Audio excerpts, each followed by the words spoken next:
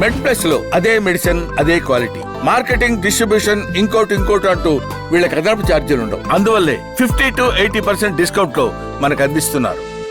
So doctor గారు, ఇప్పుడు మీరు ఈ బైల్ డక్ట్ పైప్లో ఉన్న క్యాన్సర్ను డిటెక్ట్ చేయడంలో కానీ, సో దానికి వైద్యం చేయడంలో కానీ, సో మీరు చాలా పరిశోధన చేశారు అంశం మీద, ఎంతోమందికి దానికి సంబంధించి శిక్షణ కూడా ఇస్తున్నారు.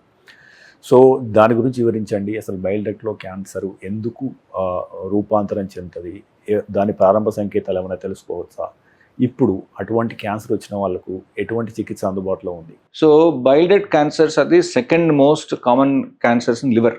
సో లివర్ క్యాన్సర్తో పాటు bile duct cancer second most common అనమాట. అంటే కామన్గా చూస్తున్నాం. ఈ మధ్య కాలంలో ప్రపంచవ్యాప్తంగా కూడా ఈ బైల్ డక్ట్ క్యాన్సర్స్ వేగంగా పెరుగుతున్నాయి. సో అదే నేను యూకేలో ఉన్నప్పుడు యూనివర్సిటీ ఆఫ్ ఎంట్రీలో నేను చేసిన రీసెర్చ్ అనమాట అది. సో దాంట్లో ఎందుకు వస్తుంది, ఎలా వస్తుంది? సో బైల్ డక్ట్ క్యాన్సర్స్ ఏంటంటే, ఈ బైల్ డక్ట్ క్యాన్సర్కి లైఫ్ ఎక్స్పెక్టెన్సీ చాలా తక్కువ ఉంటుంది అన్ఫార్చునేట్లీ. ఒకసారి క్యాన్సర్ వచ్చి, అంటే మన ప్రజెంట్ అయ్యేసరికి లేట్గా ప్రజెంట్ అవుతారు. వచ్చిన తర్వాత లైఫ్ ఎక్స్పెక్టెన్సీ జనరల్గా 6 నెలలు, 3 నెలల నుంచి 6 నెలలు చెప్తాం. So 3 to 6 months. అంటే these are very notorious and rapidly progressing dangerous cancers. And అది ఎక్కడో దాక్కుని ఉంటుంది. ఈ బైల్ పైప్ని రీచ్ అవటం చాలా కష్టం. ఇప్పుడు మామూలుగా మనము ఎండోస్కోపీ ద్వారా మనం పొట్ట చూస్తాం, అలాగే కొలనోస్కోపీ ద్వారా పెద్ద పేగు చూస్తాం. కానీ ఈ బైల్ పైప్ చూడటానికి కెమెరాలు లేవు. అంతకుముందు బైల్ పైప్లోకి వెళ్ళటానికి కెమెరాలు లేవు. ఓన్లీ పొట్ట వరకే చూడగలిగాం. పొట్ట ఒక భాగం, చిన్న పేగు అలా చూడగలిగాం కానీ బట్ బైల్ పైప్లోకి ఉండేది కాదు. సో ఇట్లాంటి వాళ్ళకి ఏంటంటే, నేను మీరు చేసిన రీసెర్చ్ దాంట్లో స్పై గ్లాస్ కొలాంజోస్కోపీ అని ఒక కెమెరా ద్వారా మనం we're able to get in to the bile pipe. So మన కళ్ళతోటి పైప్ ఎట్లా ఉంది, ట్యూమర్ ఎక్కడ ఉంది, ఎలా ఉంది, ఏమైనా టార్గెటెడ్గా మనం శాంపుల్ తీసుకొని రావటము, టిష్యూ తెలిస్తే దాంతో డయాగ్నోసిస్ చేయగలుగుతాం. ఇవన్నీ అడ్వాన్స్మెంట్స్ వచ్చినాయి. సో దాని ద్వారా మనకి డయాగ్నోసిస్ చేయగలుగుతున్నాం. అంతకుముందు చాలామంది డయాగ్నోస్ కూడా ఏది కాదు, డయాగ్నోస్ అవ్వకుండా చనిపోయేవారు. జాండీస్ వచ్చేది, ఎందుకు వచ్చిందో తెలిసేది కాదు, టెస్టులు చేసేవారు తెలిసేది కాదు. ఆబ్వియస్లీ పొట్టలో నీడ్ వచ్చేసి ఉంటుంది, అప్పటికే అడ్వాన్స్ స్టేజ్లో ఉంటుంది. దాని తర్వాత 3 to 6 months చనిపోయేవారు. ఇప్పుడు అలా కాకుండా ముందే వెళ్ళి మనం తెలుసుకోగలుగుతున్నాము. పైప్లోకి వెళ్ళి చూడగలుగుతున్నాం కాబట్టి, కళ్ళతో చూస్తున్నాం కాబట్టి మనకు తెలుస్తుంది, శాంపుల్ చేయగలుగుతున్నాం కాబట్టి తెలుస్తుంది. అలాగే దానికి ట్రీట్మెంట్ కూడా చేయగలుగుతున్నాం. లైక్ బైల్ పైప్లో ఉన్న ట్యూమర్ని బర్న్ చేయడానికి ఫోటోడైనమిక్ థెరపీ అని, రేడియో ఫ్రీక్వెన్సీ అబ్లేషన్ అని కొత్త ట్రీట్మెంట్స్ ద్వారా ఏంటంటే we're able to burn that tumour also from inside. So అట్లా అడ్వాన్స్మెంట్స్ వచ్చినాయి. సో డయాగ్నోసిస్లో అడ్వాన్స్మెంట్స్ వచ్చినాయి, అలాగే ట్రీట్మెంట్లో కూడా బెటర్ ట్రీట్మెంట్స్ వచ్చినాయి. అలాగే కీమోథెరపీ మందులు వాడాల్సి వస్తే కూడా అది కూడా టార్గెటెడ్ స్పెసిఫిక్ ట్రీట్మెంట్స్ కూడా ఇవ్వగలుగుతున్నాం అనమాట. So science is evolve definitely. Cancers మనము త్వరగా కనుక్కోగలుగుతున్నాము, ఎర్లీ స్టేజ్లో కనుక్కోగలుగుతున్నాము. అలాగే ట్రీట్మెంట్స్ కూడా బెటర్ అయింది. ఈఆర్సిపి ఆర్ మామూలుగా చేసే ఎండోస్కోపీ, బైల్ పైప్ చూసే ఎండోస్కోపీని ఈఆర్సిపి అంటాం. ఓకే, సో దాంట్లో ఏంటంటే మనకి బైల్ పైప్లో కెమెరా వెళ్ళదు. సో బైల్ పైప్ ఎక్కడైతే చిన్న పేగులు ఓపెన్ అవుతుందో అక్కడి నుంచి చిన్న చిన్న వైర్లు వేసుకొని దాంట్లో డై ఇచ్చి ఎక్స్రే ద్వారా చూసేదాన్ని స్టాండర్డ్ ఈఆర్సిపి అంటాం. సో మనం బైల్ పైప్ని కళ్ళతో చూడలేదు, మనం డై వేసి మన ఎక్స్రే చూస్తాం. దాన్ని స్టాండర్డ్ ఈఆర్సిపి అంటాం. సో దాంట్లో మనకి ఏంటంటే అక్కడ ద్వారం సన్నబడిందా, లేకపోతే స్టోన్స్ ఉన్నాయా అట్లాంటివి తెలుస్తుంది తప్ప డీటెయిల్స్ తెలియదు మనకి. దాంట్లో ఈ స్పై గ్లాస్ ఏం యాడ్ చేస్తుంది అంటే ఆ ఓపెనింగ్లోకే మనం కెమెరా వేసుకుని వెళ్తాం.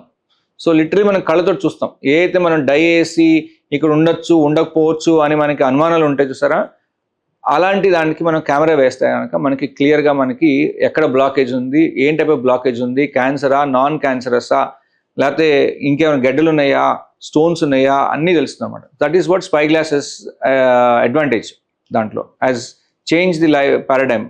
ఎందుకంటే స్పై గ్లాస్ వలన మీరు able to get in to the bile pipe with the camera. అంతకుముందు ఓన్లీ డై వేసి చూస్తున్నాం పైప్ని, ఇప్పుడు అదే పైప్లో మనం కెమెరా వేసుకొని చూడగలుగుతాం. అలా ఈ కెమెరాని మనం లివర్ లోపల కూడా తీసుకెళ్తాం. పైప్ అంతా కూడా ఒక చెట్లాగా ఉంటుంది. ఇది చిన్న చిన్న బ్రాంచెస్ నుంచి పెద్ద స్టెమ్ వస్తుంది అనమాట లివర్ బైల్ పైప్ అంతా కూడా. సో ఈ స్టెమ్ నుంచి మనం పైకి వెళ్ళిపోయి మొత్తం బ్రాంచెస్ అన్ని చూసుకొని రావచ్చు అనమాట. లోపల ఏమన్నా స్టోన్స్ ఉన్నాయా, పారాసైట్స్ ఉన్నాయా, వార్మ్స్ ఉన్నాయా, లేకపోతే నారోయింగ్ క్యాన్సర్ ఉందా, నాన్ క్యాన్సరసా ఏంటి అని కూడా తెలుసుకుందాం. అంటే ఈ క్యాన్సర్ ఉంటే ప్రారంభ హెచ్చరిక సంకేతాలు ఎలా ఉంటాయి? కామెర్లు, జనరల్గా కామెర్లు వస్తుంది, జాండీస్ వస్తుంది, కొంతమందికి వీక్నెస్, టైర్డ్నెస్, ఫెటిగ్, అలాగే కామెలు రావటం, పొట్ల నొప్పి రావటం ఇలాంటివి జనరల్గా చూస్తాం. కానీ ఈ పెయిన్ ఫీవర్ అట్లా వచ్చేసరికి ఆల్రెడీ లేట్ స్టేజ్కి వెళ్ళిపోయినట్టు అనమాట. సో అందుకని ఇగ్నోర్ చేయకుండా అందుకే రెగ్యులర్ చెకప్ చేయించుకుంటున్నారా, రెగ్యులర్గా స్కాన్స్ చేయించుకుంటే మనకి త్వరగా బయటపడుతుంది. అలాగే ప్యాంక్రియాటిక్ క్యాన్సర్స్ కూడా అంతే. One of the most dangerous cancers are pancreatic cancers and bile duct cancers. వచ్చిన తర్వాత జనరల్గా 3 to 6 months కంటే ఎక్కువ బతకరు. ఓకే, ఏ స్టేజ్లో అయినా కానీ ఏ స్టేజ్లో అయినా కానీ జనరల్గా ప్రజెంట్ చేస్తే లేట్ స్టేజ్లో వస్తారు. ఇప్పుడు ఎగ్జాంపుల్కి మేము జస్ట్ నిన్న చూసిన పేషెంట్ ఒకళ్ళు, very sad to hear. She is a very fit person. In fact just 3 weeks back Tirumala కొండ ఎక్కేస్తుంది పాపం. తను కింద నుంచి మెట్లెక్కి వెళ్ళిపోయి కొండ ఎక్కేసేసి వచ్చిన తర్వాత కొంచెం డిస్కంఫర్ట్ అనిపించింది. అండ్ 2-3 days తర్వాత పరీక్షలు చేస్తే she's got inoperable advance stage pancreatic and bile duct cancer. Fit lady, నార్మల్గా ఏం ప్రాబ్లమ్స్ లేవు, ఆమెకి ప్యాంక్రియాటిక్ క్యాన్సర్ ఉంది. సో అడ్వాన్స్ స్టేజ్లో ఉంది. ఏం చేయలేము ఇక ఆల్మోస్ట్. అంటే ఇనాపరబుల్ అయింది కదా, అంటే మనం క్యూర్ చేయలేము, దాన్ని కంట్రోల్ చేయగలుగుతాం కానీ క్యూర్ చేయలేము, తీసేయలేము. ఎర్లీ స్టేజెస్లో ఉంటే సర్జరీ చేస్తూ ట్రీట్మెంట్స్ తీయచ్చు కానీ, but it has spread to the lungs, లివర్కి అట్లా పాకేసిన తర్వాత మనం తీయలేము. ఇంకా దాన్ని కంట్రోల్ ఒకటే చేయగలుగుతాం, లైఫ్ స్పాన్ పెంచవచ్చు, లైఫ్ స్పాన్ పెంచగలుగుతాం తప్ప మనం క్యూర్ చేయలేము. అది వెరీ సాడ్. సో 3 weeksలో మొత్తం మారిపోయిందంతా పాపం తను. సో అట్లా మనకి ముందే మనం స్కాన్స్ రెగ్యులర్ చేసుకున్నాం అనుకోండి, అప్పుడు మనకు తెలుస్తుంది ముందు, దాన్ని బట్టి మనం జాగ్రత్తలు తీసుకోవచ్చు. She had a family history, risk ఉంది. సో ఇంకా మనం రెగ్యులర్గా చెకప్ చేసుకుంటుంటే కనుక మనం ముందే తెలియచ్చు. ముందు తెలిస్తే ఏ క్యాన్సర్ అయినా కానీ ఎర్లీ స్టేజెస్లో ఉంటే మనం దాన్ని క్యూర్ చేయొచ్చు. లేట్ స్టేజ్లో వచ్చేసరికి మనకి క్యూర్ చేయలేము, ఓన్లీ కంట్రోల్ చేయగలుగుతాం. ఇంకో డాక్టర్ గారు, ఇప్పుడు కొలనోస్కోపీ కూడా చేస్తారు కదా, మీరు వేల సంఖ్యలో చేస్తారు కదా. సో అంటే అబోవ్ 40 ఉన్నవాళ్ళు అంటే కొలనోస్కోపీ చేయించుకోవడం శ్రేయస్కరమా? సో ఇది చాలా ఇంపార్టెంట్. అవును, అబ్సల్యూట్లీ మీరు చెప్పింది చాలా కరెక్ట్. అది ఇన్ఫ్యాక్ట్ వెస్ట్రన్ కంట్రీస్కి వెళ్తే, ఇప్పుడు US వెళ్తే కనుక 45 years దాటిన ప్రతి ఒక్కరికి కోలన్ క్యాన్సర్ స్క్రీనింగ్ చేస్తారు, కొలనోస్కోపీ చేస్తారు. మ్యాండేటరీ అది. మీకు 45 years దాకా బర్త్డే అయిపోయిన వెంటనే టికెట్ వస్తుంది గవర్నమెంట్ నుంచి, నీకు కొలనోస్కోపీ డ్యూ ఉందని చెప్పని. ఎందుకు అలా చేస్తున్నారంటే కనుక కోలాన్ క్యాన్సర్స్ స్టడీస్ ప్రకారం తెలిసింది ఏంటంటే, కోలాన్ క్యాన్సర్స్ ఎలా వస్తాయి అంటే ఫస్ట్ చిన్న పాలిప్స్ అంటారు అనమాట, పుట్టగొడుగుల్లాగా పేగులు వస్తాయి. ఆ పుట్టగొడుగులే మెల్లిగా పెరిగి క్యాన్సర్గా మారుతుంది. రైట్? మన ఈ పుట్టగొడుగు స్టేజ్లో మనం తీసేయగలిగాం అనుకోండి, అప్పుడు క్యాన్సర్ని నిర్మూలించినట్టే కదా. సో అట్లా ఏం చేయగలిగారంటే, ఒక టైంలో colon cancers was the number 1 cancer in the world. అంటే ఇన్సిడెంట్స్లో కోలాన్ క్యాన్సర్ వాజ్ నెంబర్ 1 ఉండేది, అంత చాలా ఎక్కువ చూసాడనమాట. ఇప్పుడు ఈ స్క్రీనింగ్ ప్రోగ్రామ్ చేయటం వలన దాన్ని 1 నుంచి 8వ స్థానానికి లాగలిగారు కిందకి. అంటే అంత సక్సెస్ఫుల్గా అయిందనమాట.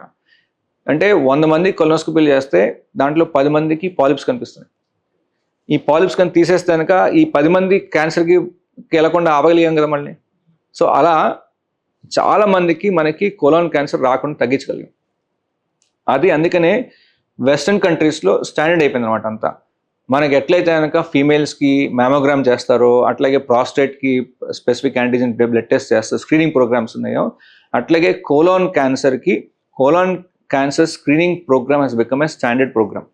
అన్ఫార్చునేట్లీ ఇండియాలో ఇంకా రాలేదు, ఇండియాలో ఇంకా డెవలప్ అవ్వలేదు అది. ఎందుకు అంటే కనుక మన పాపులేషన్ చాలా పెద్దది, నెంబర్ 1. నెంబర్ 2, పాలిప్ ఇన్సిడెన్స్ ఇండియాలో కొంచెం తక్కువ ఉంటుంది అనే ఉద్దేశంతో ఈ ప్రోగ్రామ్ ఇంకా అవ్వలేదు. కానీ మన అందరం కూడా 45 years దాటిన ప్రతి ఒక్కరు మన రెస్పాన్సిబిలిటీగా మనం చేయించుకుంటాం మంచిది. 45 years దాటిన తర్వాత కంపల్సరీ కొలనోస్కోపీ చేయించుకుంటే మనం ఈ పాలిప్ స్టేజ్లో మనం తీసేయగలిగాం అనుకోండి, క్యాన్సర్ నిర్మించేసాం కదా.